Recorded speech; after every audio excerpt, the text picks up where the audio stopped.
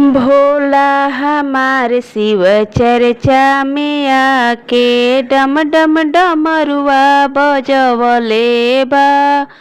भोला हमार शिव चर्चा में आके डम डम डमरुआ बजवले बा।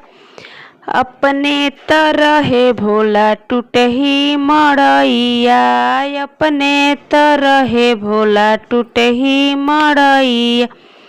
दूसरा के महल बनवले बा, दूसरा के महल बनवले बा। भोला हमार शिव चर्चा में आके ढम डम डमरुआ बजवले बा। भोला हमार शिव चर्चा में आके डम डम डमरुआ बजवले बा। अपने त पेन्हे भोला नगवा के हरवा, अपने त पेन्हे भोला नगवा के हरवा। दूसरा के हार बनवले बा, दूसरा के हार बनवले बा। भोला हमार शिव चर्चा में आके डम डम डमरुआ बजवले बा। अपने त पेन्हे भोला मिर्गा के छलवा, अपने त पेन्हे भोला मिर्गा के छलवा। सबको पर दया बरसवले बा, सबको पर दया बरसवले बा।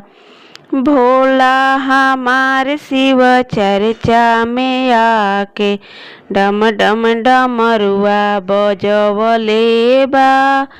भोला हमार शिव चर्चा में आके डम डम डमरुआ बजवले बा।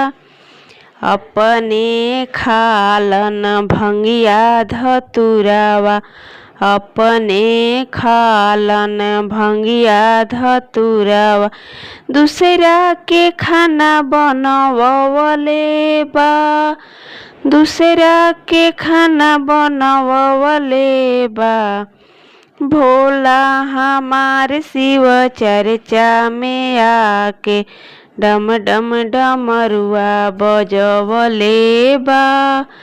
भोला हमार शिव चर्चा में आके डम डम डमरुआ बजवले बा।